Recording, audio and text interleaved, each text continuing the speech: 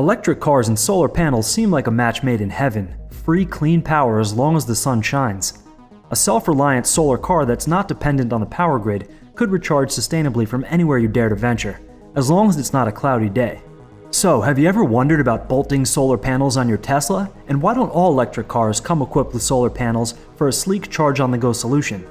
In fact, with improving solar technology and clever ground-up engineering, a few self-charging solar cars are just at the point of coming to market. In this video, we'll delve into the practicalities of solar power for vehicles and have a look at some of the early adopters of this emerging technology. In 2017, Elon Musk suggested that Tesla would offer optional solar tiles on the roof of the Model 3, but later retracted the statement, saying that putting solar panels on a car is not that helpful because the actual surface of the car is not that much, and cars are often inside. The least efficient place to put solar is on the car. Did you know that every hour the Earth is hit with more energy from the sun than the entire world consumes in a year?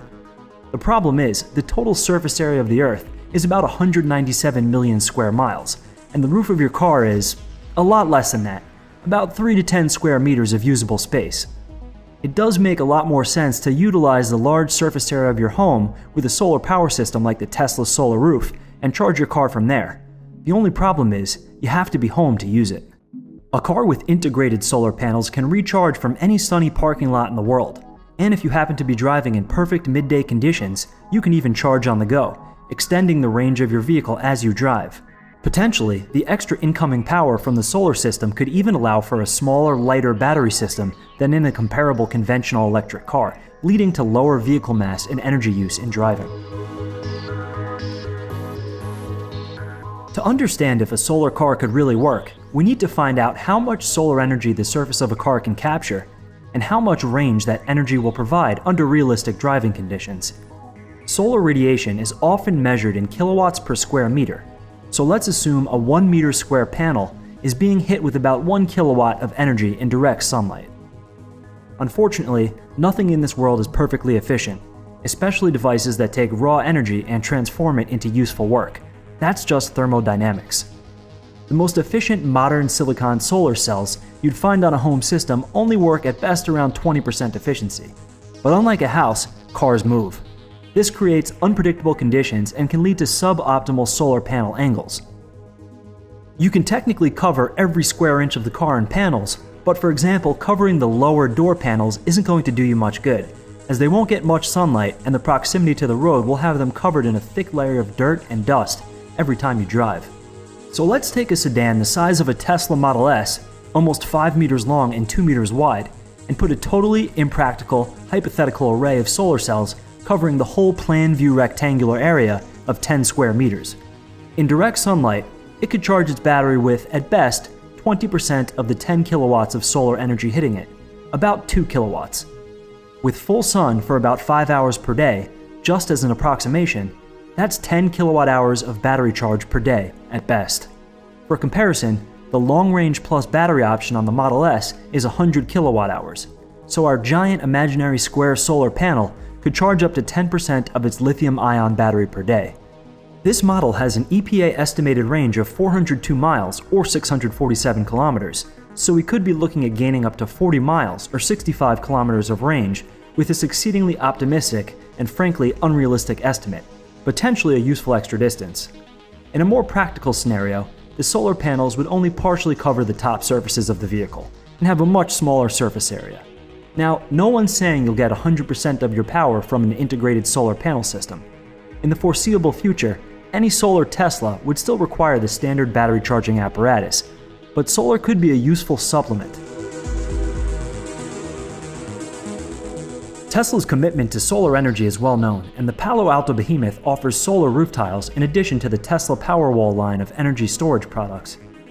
According to the 2019 impact report from Tesla, the average life cycle emissions from the Model 3 are less than half those of an equivalent mid-sized ICE car, and if you install a solar power system on your home and charge your EV with that, your carbon footprint can be reduced to almost nothing. This was Elon Musk's idea in 2017, that car roofs are small and inefficiently angled platforms for viable solar installations, and charging from a home solar installation made more sense. You could even charge at night on stored solar and cheaper off-peak electricity.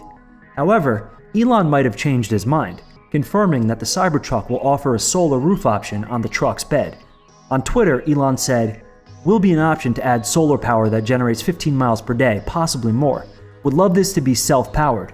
Adding fold-out solar wings would generate 30 to 40 miles per day. Average miles per day in US is 30. In a previous video, we envisioned what a foldable solar array might look like on a Cybertruck, and you may have noticed, we envisioned it as a military Cybertruck and equipped it with some extra goodies. Researchers at NASA's Jet Propulsion Laboratory and Brigham Young University collaborated to construct a prototype of a solar panel array that folds origami style, to be used in space.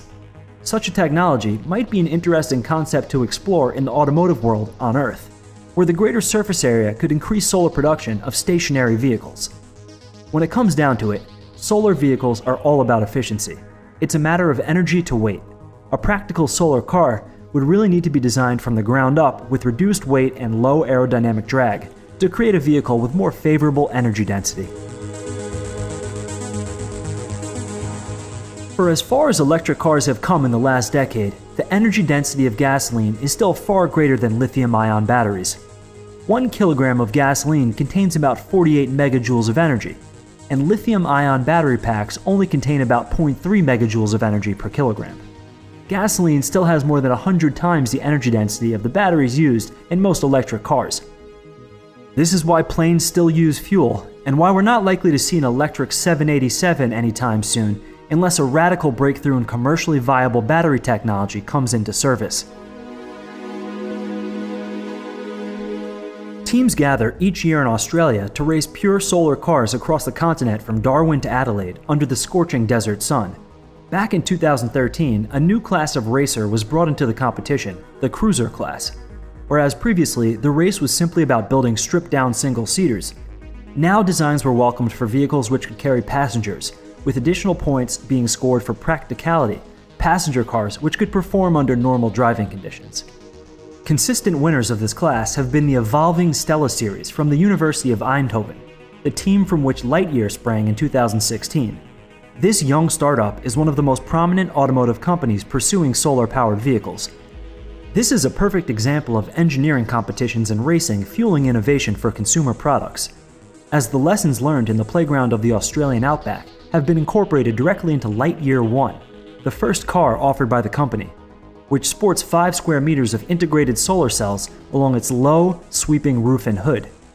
Lightyear 1 reevaluated every component of the car and used lighter materials like aluminum and carbon fiber to build a lighter vehicle with the best aerodynamic coefficient of any car on the market. 4 independently driven in-wheel motors also lower the car's weight and improve powertrain efficiency. In an interview with Automotive EV magazine, CEO Lex Hoofsloot described the positive feedback loop of weight reduction. By concentrating on efficiency and lightweight, we can use batteries that are about half the size and weight of a conventional EV and half the energy consumption of an EV in the same segment. We have a battery pack that is 2/3 the size that of a Tesla Model S, and we can drive further than the Model S, up to 800 kilometers with good sunlight and a minimum range of 400 kilometers without any solar top-up and with heating, air conditioning, all being used and doing high-speed driving. Stop-start and initial acceleration demands power and wastes energy in proportion to mass, typical in urban low-speed situations, whereas the power required for overcoming air resistance increases proportionally to speed cubed, sapping energy at high speeds. How effective the solar charging will be therefore depends largely on how you use the car to balance the energy usage. As Hoofsloot notes, the Lightyear 1 is an electric vehicle capable of 250 miles or 400 kilometers of high energy use driving, even at night, and is expected to achieve a rated range of 450 miles or 725 kilometers, even without its solar panels trickling in their 1.25 kilowatts of extra juice, which the company equates to 10 to 12 kilometers or 6 to 7 miles for each hour of charging, even while driving. This means that, while the car is self-charging, it is primarily a highly capable battery electric vehicle with a small solar capability.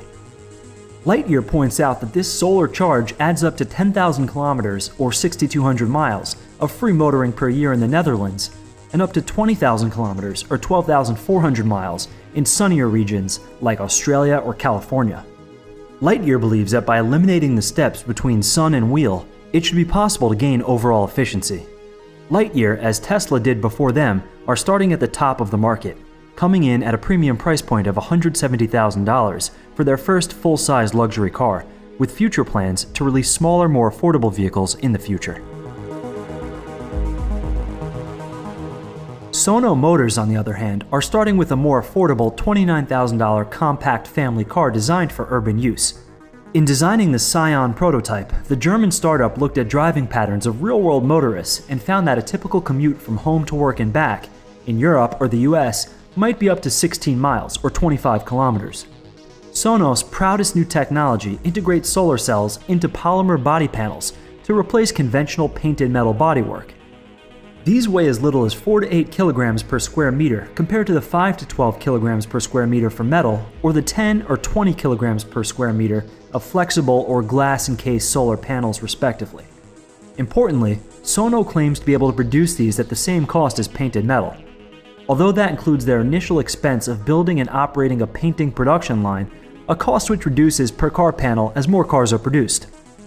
These robust, damage-tolerant plastic body panels have the additional advantage of being capable of mounting to the sides of the vehicle, increasing the solar cell area on a car where glass panels, as used by Lightyear, might be risky.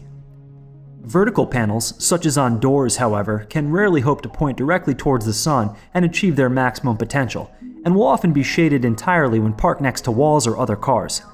The Sono founders are exploring some other intriguing ideas, including bidirectional charging to allow solar-generated power to be fed into other cars or back into the grid, or even used for grid-connected external renewable energy storage and stabilization. It's not only relative newcomers who are adapting to new technological innovations in solar energy. Toyota has experimented with a demonstration Prius with high-efficiency thin-film triple-junction cells made by Sharp, whose efficiency is claimed to be 34%, compared to that of their commercially available silicon-based solar panel of 22.5%. Hanergy Solar, a Chinese manufacturer of thin-film panels, have also demonstrated prototype cars with panels that can harvest 8 to 10 kilowatt-hours per day, and supplied such panels to Aston Martin for their GTE racing car. Most solar panels rely on cells made from semiconducting silicon crystals, which convert sunlight to electricity at around 15 to 19%. But new technologies are in the works to create higher efficiency solar cells utilizing new materials. Organic molecules such as polymers can form the light-absorbing layer in a photovoltaic cell and can potentially be semi-transparent, absorbing infrared light and letting visible light pass through, which has intriguing implications for automotive applications such as windows. Organic cells can also be flexible, which can allow them to be fitted onto uneven surfaces more effectively than traditional glass panels. As the future unfolds and more cutting-edge solar technologies come to market, we can see self-charging solar electric vehicles becoming more and more practical as cells get more and more efficient. A future solar technology with efficiencies above 50% would be a game changer and probably make solar cars ubiquitous. Heavy batteries are a limiting factor in the feasibility of solar cars. A breakthrough battery with more favorable energy-to-weight characteristics would revolutionize electric transportation and make solar cars far more realistic. Promising new technologies that utilize materials like graphene, solid polymers, and ceramics are currently in research and development and are poised to create the next generation of powerful batteries with higher energy density, greater service life, faster charging, improved safety, and potentially even lower costs. Most experts agree that we're likely at least a decade out from a fundamental commercial disruption in battery chemistry, but there is a massive amount of scientific and commercial attention on this sector, and a lot at stake, so stay tuned. So, should you mount a solar panel on your Tesla? Well, we wouldn't recommend a homemade conversion with a heavy and delicate, aerodynamically inefficient domestic panel. However, with fresh design of new vehicles whose entire architecture revolves around the solar cells, and a design philosophy of maximum efficiency and lightweight construction, the future is bright, and this technology can be viable. Do you believe in an electric future? If so, please like this video and subscribe to our channel. We showcase cutting-edge sustainable technology. You may be interested in checking out one of these videos next. Thanks for watching and have a great day.